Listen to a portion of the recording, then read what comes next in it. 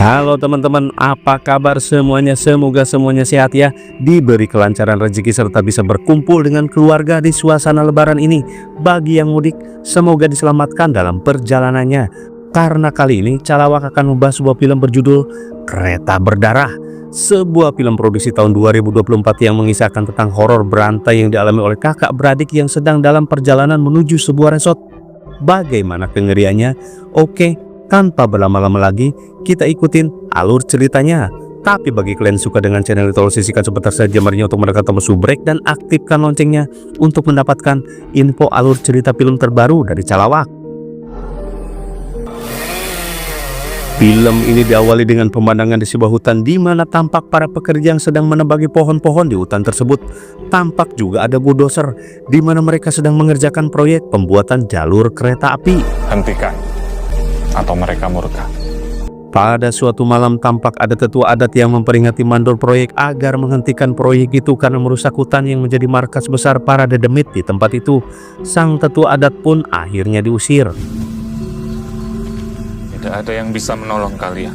Tidak uang kalian, tidak juga Tuhan.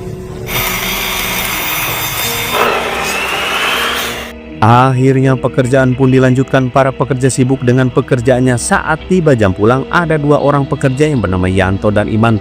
Mereka sedang bekerja lembur mengharapkan uang tambahan untuk disetorkan ke bini. Aku malu kirim uang kurang sama istriku. Ya wes, ayo. Ketika Iman masuk ke terowongan, tiba-tiba terdengar suara benturan keras. Yanto kemudian mengeceknya. Tiba-tiba Pak Iman! Man! Man!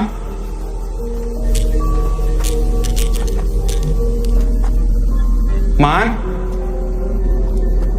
Man!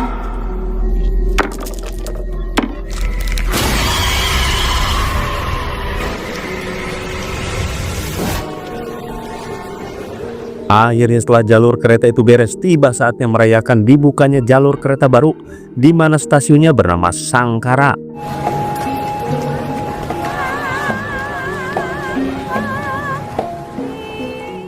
Hari itu sudah dipadati dengan pengunjung yang akan menaiki kereta yang tujuannya menuju ke sebuah resort wisata. Tampak Bapak Bupati bernama Barak dan calon investor yang menjanjikan akan memfasilitasi pembangunan wisata di tempat itu yang bernama Santoso. Sekarang kita nikmatin dulu aja yang ada. Tampak ada dua orang kakak beradik yang akan menaiki kereta perdana itu. Mereka bernama Kembang dan Purnama. Kembang ini adik dari Purnama yang orangnya jutek.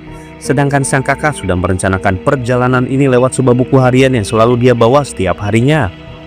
Mereka sedang melihat sebuah market yang merupakan area wisata dengan menggunakan fasilitas kereta yang berakhir di sebuah resort dengan pemandangan alam yang indah. Untuk menuju sebuah resort mereka akan melewati 5 terowongan dan Kembang pun mulai antusias karena belum pernah naik kereta dan masuk ke dalam terowongan. Saat tiba di resort, rencananya Purnama akan berendam di air panas, lantas Kembang pun melarangnya karena Purnama dalam proses penyembuhan dari suatu penyakit. Lo baru sembuh. Rayain kesembuhan, ujung-ujungnya nggak boleh ini itu. Di luar sana tampak para warga sedang demo terkait pembangunan rel kereta yang melintas di kampungnya. Kemudian Santoso menyuruh Pak Bara untuk menyelesaikan konflik warga yang takutnya nanti membuat para investor gagal berinvestasi. Saya minta Pak Bara urus ini semua. Kemudian Purnama minta foto sama kondektur kereta bernama Tekun. Lantas ia menanyakan tempat duduknya di mana. Tekun menjawab di gerbong ekonomi paling belakang. Mas Tekun. Ini ambil. Kemudian mereka memasuki gerbong dan menduduki kursi yang telah ditentukan. Masinis pun siap-siap untuk menjalankan kereta apinya. Selamat datang di kereta api Sangkara. Akan ditempuh dalam waktu. Saya Sidik, kondektur yang baru. Kereta api Sangkara. Sementara itu di kelas VIP tampak Pak Bara, Santoso dan para investor sedang menikmati minuman Heras Tikoro. Kemudian mereka angkat gelas untuk merayakan dimulainya usaha bersama mereka itu. Cheers. 1, 2. Tampak di gerbong kelas ripuh seorang cewek yang bernama Ramla sedang mengamati rombongan muda-mudi rese penerus bangsa yang nyanyi-nyanyi. Ketika Tekun masuk, Purnama pun tersenyum lenjeh.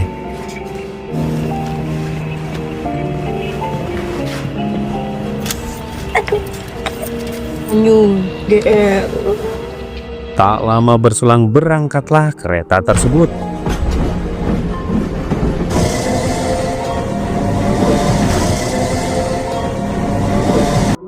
Di kelas bisnis tampak Bondon Kecamatan mengabadikan kebersamaan mereka. Resort Sangkara. Tapi cobain yang VIP bukan yang Masih di kelas bisnis tampak pasangan dengan muka tegang penuh dosa sedang bercakap. Tak lama kemudian, si cowok yang bernama Chris ini memperlihatkan uang hasil penggelapan di perusahaannya. Sementara itu Ramla memandangi foto suaminya yang bernama Payanto yang di awal film bekerja sebagai buruh di pembangunan rel kereta api tersebut. Lalu sekilas dia melihat suaminya tersebut, tapi ketika didekati malah raib entah kemana.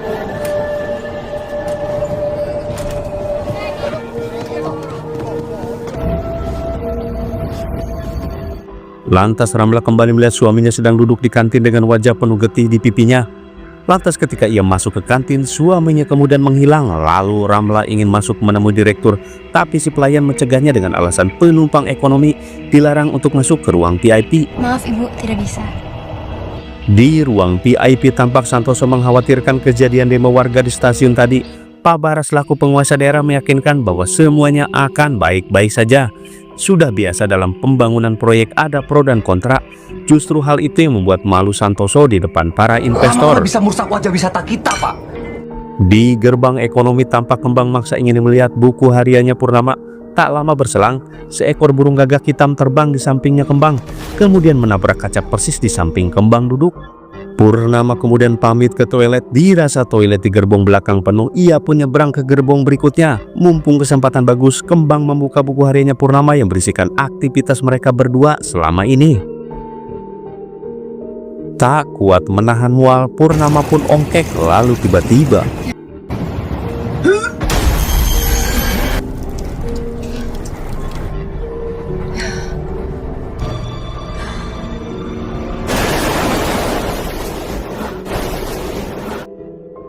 akhirnya kereta mulai memasuki gerbong pertama. Masinis kebingungan dengan melihat CCTV pintu di gerbong ekonomi seperti ada yang memainkan. Kemudian dia menyuruh kru untuk mengeceknya. Kembang yang gundah gulana menunggu Purnama yang ke toilet aja lama pisan. Akhirnya ia pun bergegas menyusulnya. Gak kerlap-kerlip, gak horor. Lampu di gerbong paling belakang itu seperti konslet setelah memasuki terowongan tersebut. Masih di gerbang belakang tampak ada bocil cewek yang mengetuk-ngetuk pintu seolah ngajak main dengan penumpang bocil yang duduk di belakangnya Purnama. Tiba-tiba entah masuknya dari mana bocil itu sudah berada di depannya dengan muka yang menyeramkan. Lalu tiba-tiba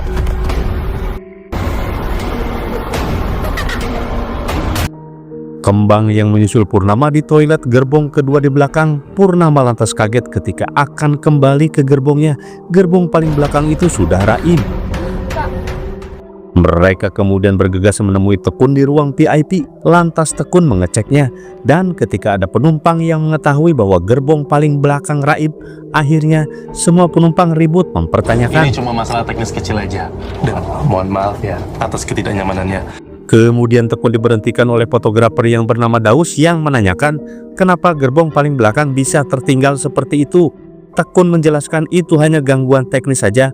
Tim akan mengevakuasi gerbong yang tertinggal di terowongan itu. Tak lama berselang, Kumbang yang ditinggal Purnama kembali ke toilet kemudian mendapatkan telepon dari Dokter Broto yang terpaksa menelpon Kumbang sebagai nomor daruratnya karena Purnama tidak pernah mau mengangkat telepon dari Dokter Broto itu. Pak Dokter kemudian menjelaskan bahwa Purnama harus segera check up karena proses operasi kanker hatinya tidak berhasil dan kankernya sekarang menjalar ke seluruh tubuh. Mendengar hal itu, Kembang pun panik karena kakaknya tidak pernah bilang apa-apa. Sekembalinya Purnama ke kantin, Kembang langsung mengeluarkan unek-uneknya dan ngambek ke Purnama. Kenapa dia tidak bilang masalah operasinya yang gagal? Tahu gitu, tidak akan ada wisata kereta seperti ini dan seharusnya Purnama dirawat di rumah sakit kembali. Purnama kemudian menjelaskan bahwa dia bete selalu ada di ruangan rumah sakit dan dia ingin sekali pergi wisata dengan adik kesayangannya itu di sisa umurnya yang sebentar lagi. Mendengar hal itu, Kembang pun panik dan langsung mewek. Itulah kenapa jurnalnya Purnama berisikan kebersamaannya dengan Kembang, karena Purnama berpikir kalau tiba-tiba ajalnya datang dan ia belum sempat pamitan. Hanya jurnal itu yang bisa menjelaskan ke adiknya. Akhirnya mereka pun berpelukan sambil mewek bareng. Lo ninggalin gue. Kak, gue gak mau. Gue cuma punya lo, Kak. Lihat isi jurnal lo.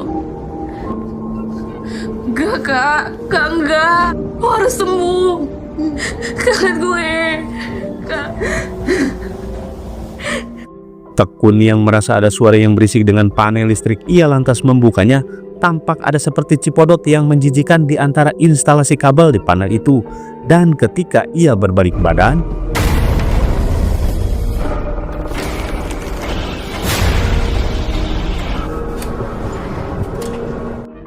tampak jasad Pak Iman dan Pak Yanto berada di balik cermin itu.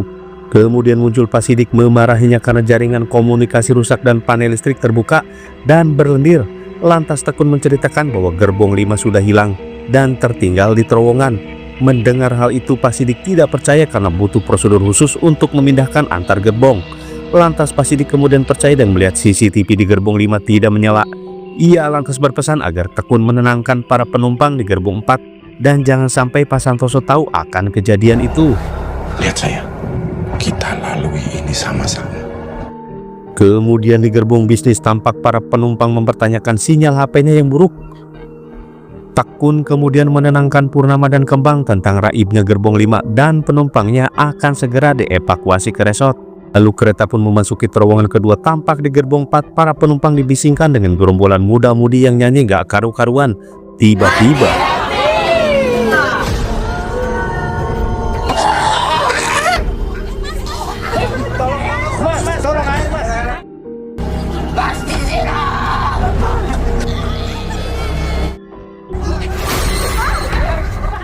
satu persatu dari mereka kesurupan. Dari percakapan bahasa Jawa yang merasuki mereka, tampak terdengar membahas hutan yang mereka tempati sudah diobrak-abrik sama manusia.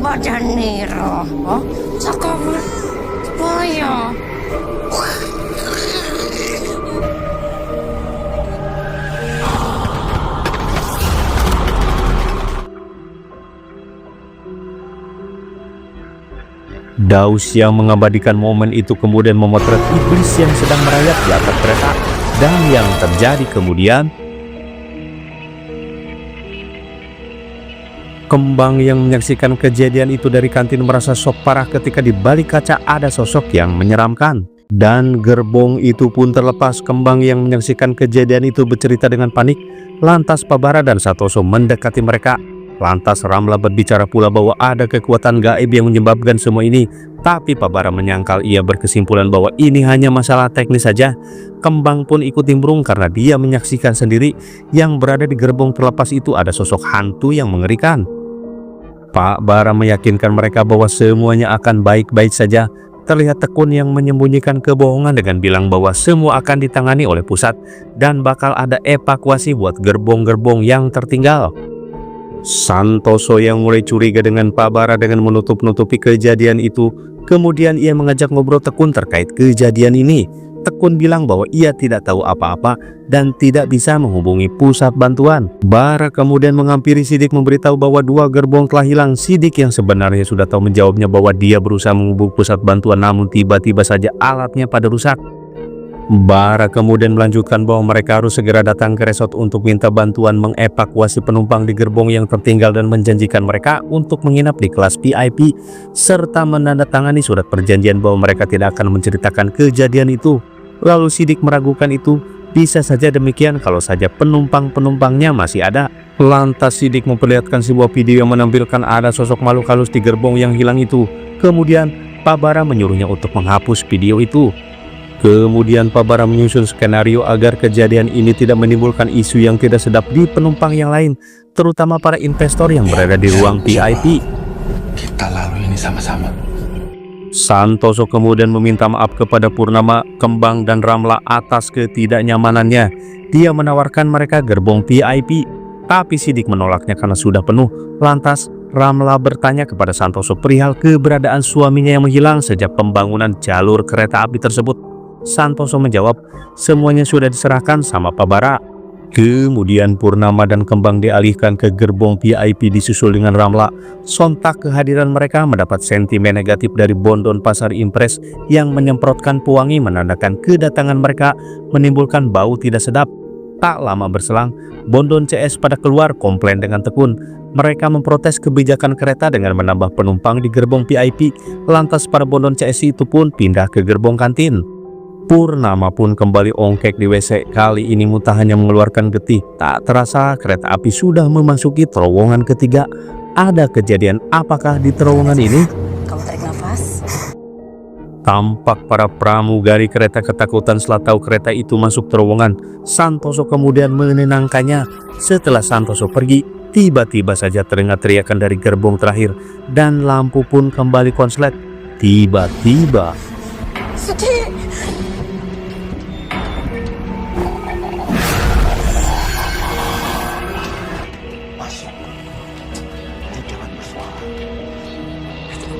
Santoso lantas menyuruh penumpang di gerbong itu untuk pindah ke gerbong 2, namun mereka sama sekali tidak bisa bergerak.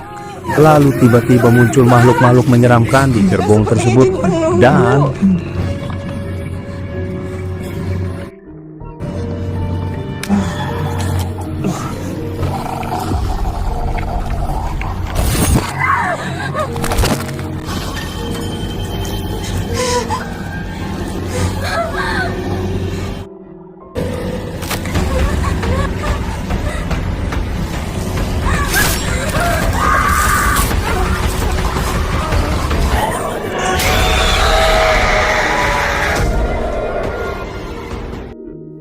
kematian Santoso dan Bondon CS yang berada di gerbong kantin itu disaksikan oleh Purnama. Lantas gerbong itu pun terlepas.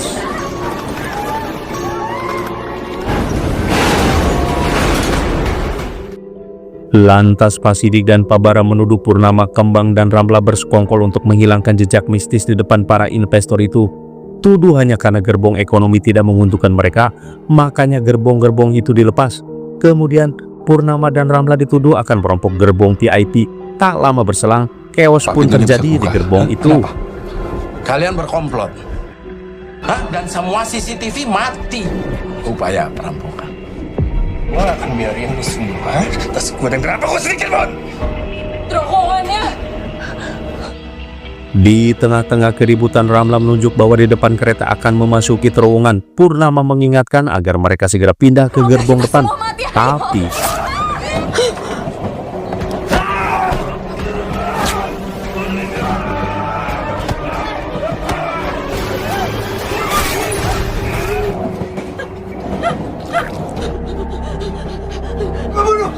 Ayo tangkap mereka, ayo.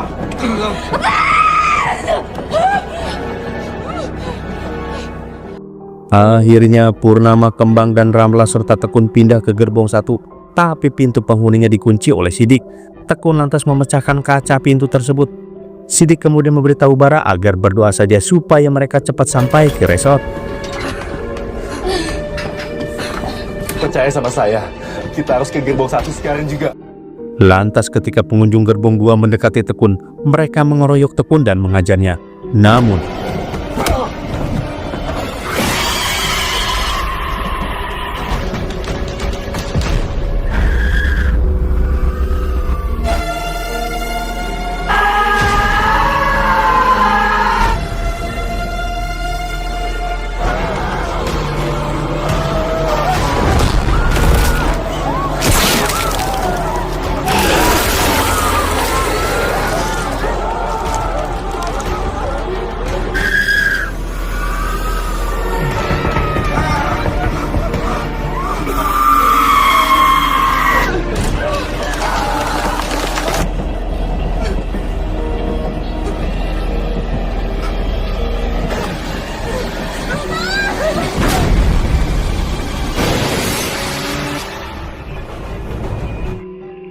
dan gerbong pun terlepas, tinggal menyisakan satu lagi gerbong tersisa.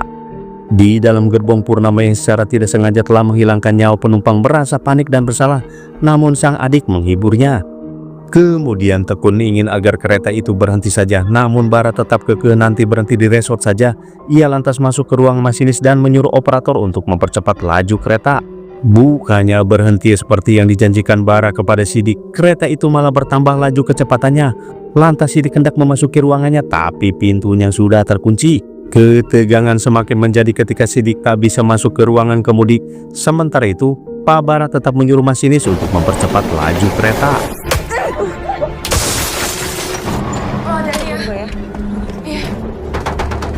Buka pintunya! Dia pimpinan kamu, tapi saya pimpinannya dia. Menguasai daerah sini.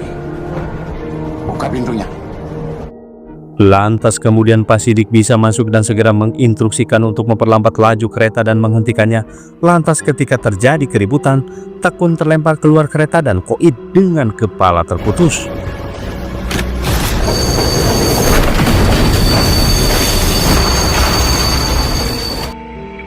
Lantas kereta pun akhirnya berhenti tepat di tengah hutan belantara menjelang surup. Malam pun semakin poek, mereka pun mengikat Bara agar tidak membuat ulah. Si penguasa daerah itu pada akhirnya tidak mempunyai harga diri di depan banyak orang.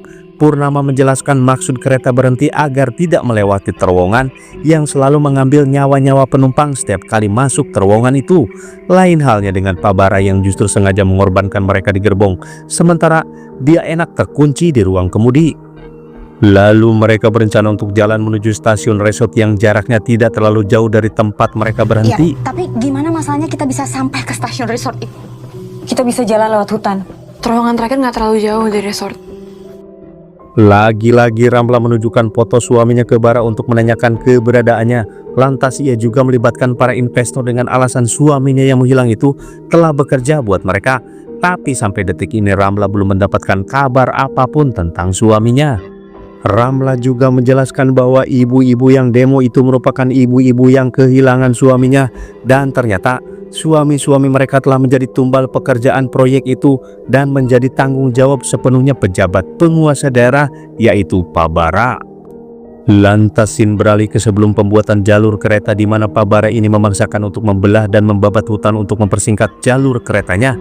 Tak disangka ternyata hutan itu merupakan sarang demit dan makhluk halus yang terusik keberadaannya dengan proyek pembangunan tersebut. Dan ketika sarang mereka telah dihancurkan, sang Ratu Iblis pun murka. Saya mohon sama panjenengan, Pak. Hentikan. Atau mereka murka. Ini punya saya. Walaupun sudah diperingatkan oleh tetua adat, tetap saja Pak Bara yang selaku bupati itu ingin meringkas jalur dengan membabat hutan sarang Tidak ada demit yang itu. bisa menolong kalian. Tidak uang kalian, tidak juga Tuhan. Dan ternyata kereta itu pun berhenti tepat di depan terowongan. Lantas aura mistis pun terasa oleh penumpang yang sudah turun dari kereta tersebut. Kembang kemudian berkata asal jangan masuk terowongan itu, mereka harus berjalan memutar untuk sampai tujuan stasiun resort. Lalu yang terjadi kemudian, dari dalam terowongan muncul sosok yang ditunggu-tunggu. Mereka ada di dalam terowongan. Jalan sekarang.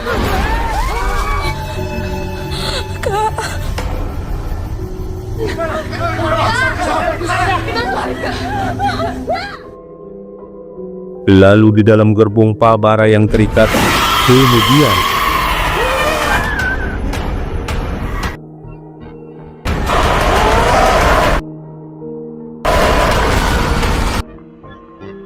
lantas Purnama CS asruk-asrukan di dalam hutan. Sidik yang sendirian tiba-tiba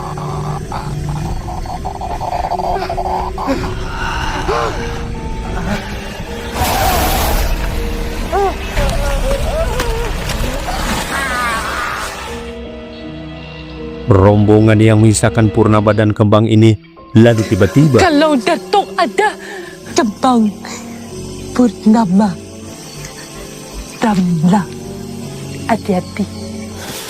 Ayo. Ini kita kemana sih?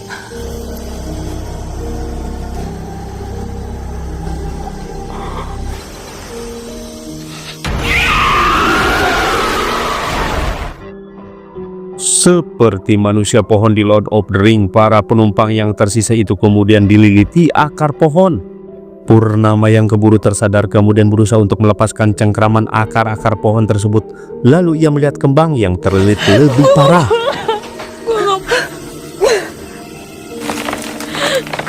kedinginan. Kak, muka gue kena.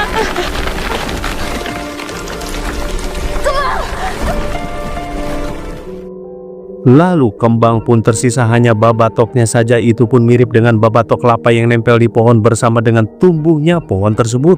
Lantas Purnama minta tukar posisi dengan adiknya, tapi Ratu Iblis ini tidak menerima konsumen dengan penyakit kanker. Tak lama berselang, terowongan itu mulai runtuh dan semuanya kembali seperti awal lagi.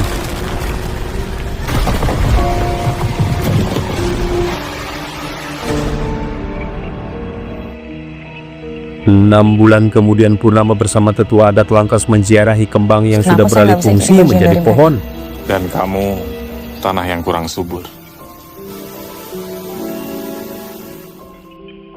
Dan film pun berakhir. Bagaimana teman-teman, cukup mengerikan bukan? Pesan moralnya, jangan sampai usaha kita merusak ekosistem yang sudah ada. Sebaliknya, kita harus merawat lingkungan kita, dan hutan merupakan penghasil oksigen terbesar buat kelangsungan hidup manusia. Apalagi sampai mengusik para penghuni makhluk astral yang berada di sekitar kita. Nauzubillah min dzalik. Sekian dari saya. Sampai ketemu di alur cerita film selanjutnya. Bye-bye.